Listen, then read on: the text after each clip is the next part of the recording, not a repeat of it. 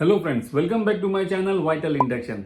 ECG for beginner series का ये 14th episode है और इस वीडियो में आप जानेंगे कि ईसीजी को देखते हम कैसे आइडेंटिफाई करें कि पेशेंट को हार्ट अटैक हुआ है कि नहीं।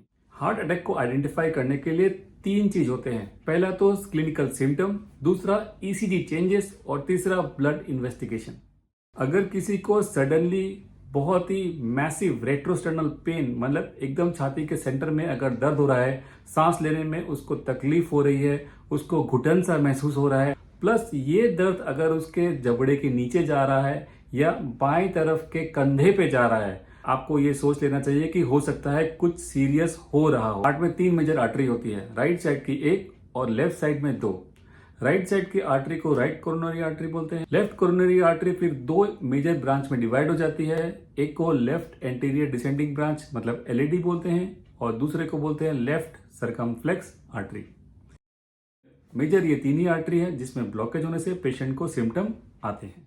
किस एरिया में हार्ट अटैक आया उसके हिसाब से ईसीजी में भी अलग अलग चेंजेस आते हैं। मैंने एक वीडियो बनाया था जिसमें कि ईसीजी के लीड से हम पहचान सकते हैं कि कौन सा लीड्स कौन से एरिया को दिखाता है। मैं उस वीडियो का लिंक यहाँ पर ऊपर शेयर कर दूंगा। अगर आपको और क्लैरिफिकेशन चाहिए रिगार्डिंग दिस तो आप उस वीडियो में जा सकते हैं और उसके बाद वापस इस वीडियो में आ सकते हैं। इन शॉर्ट, हार्ट के चार मेजर सरफेस होते हैं। एक है इंफीरियर सरफेस, दूसरा है एंटीरियर सरफेस, तीसरा है लेटरल सरफेस और चौथा है posterior surface. Friends, posterior surface को देखने के लिए हम स्टैंडर्ड ईसीजी प्लेसमेंट से नहीं देख पाएंगे। फ्रेंड्स, अगर हमें पोस्टीरियर सरफेस देखना है उसके लिए हमें चेस्ट लीड्स और ज्यादा लगानी पड़ती है। Chest leads 7, 8, 9।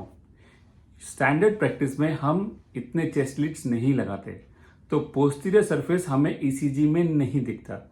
पोस्टीरियर सरफेस के लिए हम एंटीरियर सरफेस के रेसिप्रोकल चेंजेस को देखते हैं।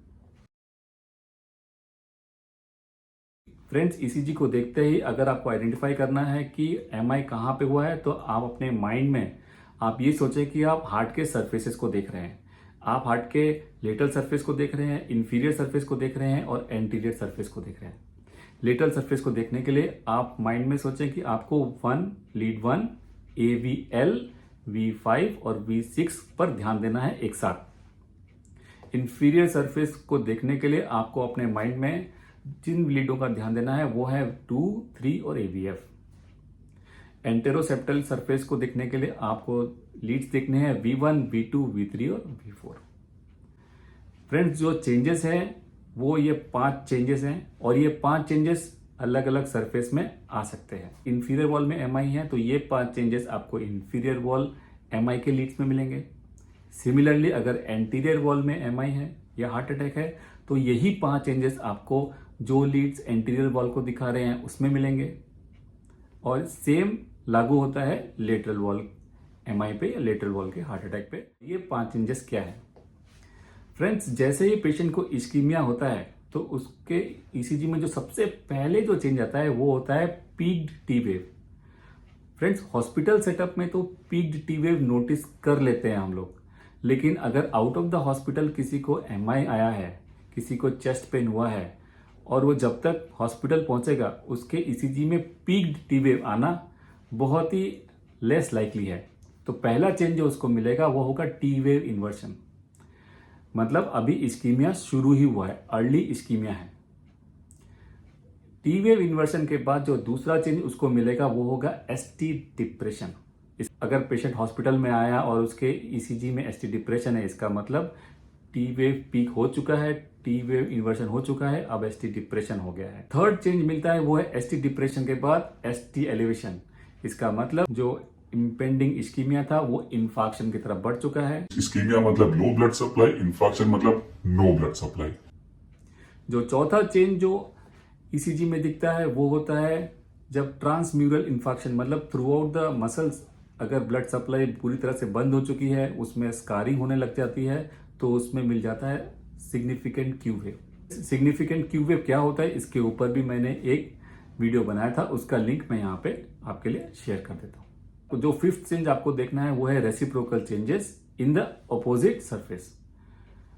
फॉर एग्जाम्पल, अगर किसी को इंफीरियर वॉल में एमआई हुआ है, मतलब इंफीरियर वॉल में ब्लड सप्लाई कम हुआ है, इन्फेक्शन हुआ है, तो जो रेसिप्रोकल चेंजेस हैं, जो उल्टे चेंजेस हैं, वो दिखेंगे एंटीरियर वॉल में।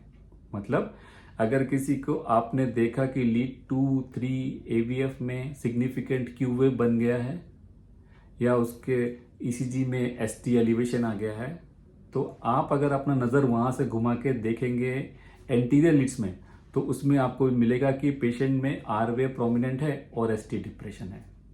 ये रेसिप्रोकल चेंजेस है। तो फ्रेंड्स, यही 5 चेंजेस आपको तीनों सरफेसेस में दिखाई देंगे। इन कॉन्टिगुअस लीड्स को हमें एक साथ ही देखना पड़ेगा। चेंजेस इन लीड्स में एक साथ ही आने चाहिए, तभी वो स्पेसिफिक और सिग्निफिकेंट होते हैं। अगर किसी पेशेंट को इंफीरियर वॉल एमआई है, माने इंफीरियर सरफेस में अगर उसकी ब्लड सप्लाई कम हो गई है या रुक गई है, तो चेंजेस लीड 2, 3 और एवीएफ तीनों में आने चाहिए। अगर किसी एक लीड में, मतलब लीड 2 में चेंजेस आ रहे हैं, 3 और एवीएफ में नहीं आ रहे हैं, तो ये नॉन सिग्निफिकेंट हो सकता है। तो फ्रेंड्स, चलिए अब इंफीरियर वॉल एमआई से ही शुरू करते हैं। इंफीरियर वॉल एमआई में जो चेंजेस आपको ईसीजी में दिखेंगे वो इस प्रकार होंगे। शुरुआत में जब पेशेंट को चेस्ट पेन होता है, जब इस्कीमिया स्टार्ट होता है, तो उस समय टी वेव पीक्ड हो जाता है। ये पीक टी वेव ज्यादा देर तक नहीं रहता है और 1 ही 2 घंटे में ये इन्वर्टेड टी वेव बन जाता है। टी वेव इन्वर्सन के बाद जो थर्ड स्टेप आता है वो है एसटी डिप्रेशन। जब इस्कीमिया डीप मायोकार्डियम में स्प्रेड कर जाता है तो एसटी डिप्रेशन हो जाता है। एसटी डिप्रेशन अगर ठीक नहीं हुआ, उस समय तक कोई एक्शन नहीं लिया गया, तो उसके बाद एसटी एलिवेशन हो जाता है। एसटी एलिवेशन के बाद आ जाता है क्यू वेव। क्यू वेव का मतलब स्कार फॉर्मेशन। लास्ट में आता है रेसिप्रोकल चेंजेस। इंफीरियर वॉल में अगर इस्कीमिया है, हार्ट अटैक आया है, तो जो रेसिप्रोकल चेंजेस हैं, जो उल्टे चेंजेस हैं, वो एंटीरियर वॉल में आएगा। Friends, inferior wall of the ventricle, जो कि लेफ्ट वेंट्रिकल का मेजर पार्ट है, उसको सप्लाई करती है राइट कोरोनरी आर्टरी। अगर आपको लीड में इंफीरियर वॉल एमआई दिख रहा है, इसका मतलब राइट कोरोनरी आर्टरी अफेक्टेड है। अब दूसरे कंडीशन में आ जाते हैं एंटेरोसेप्टल एमआई या एंटीरियर वॉल एमआई।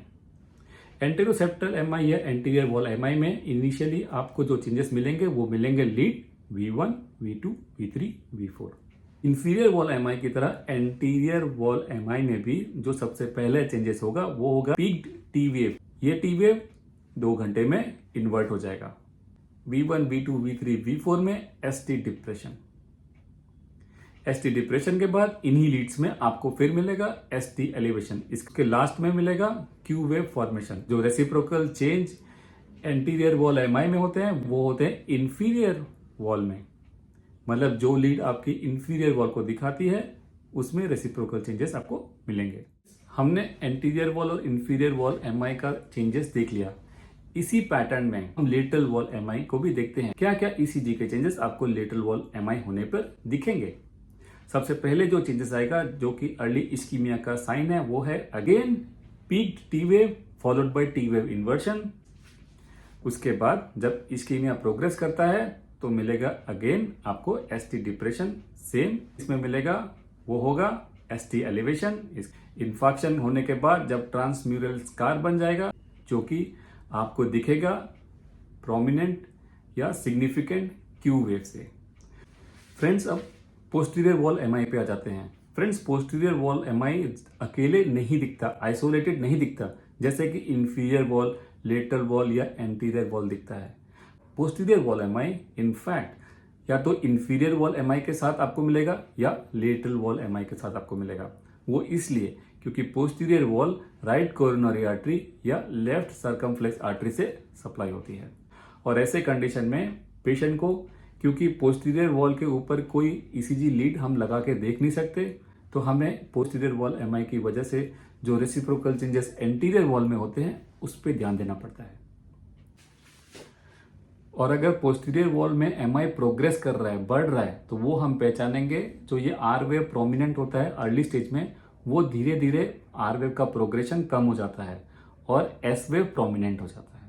याद रखिए, अगर किसी को इंफीरियर वॉल एमआई हो रहा है, इसका मतलब उसकी राइट कोरोनरी आर्टरी में सप्लाई, ब्लड की सप्लाई कम हो गई है।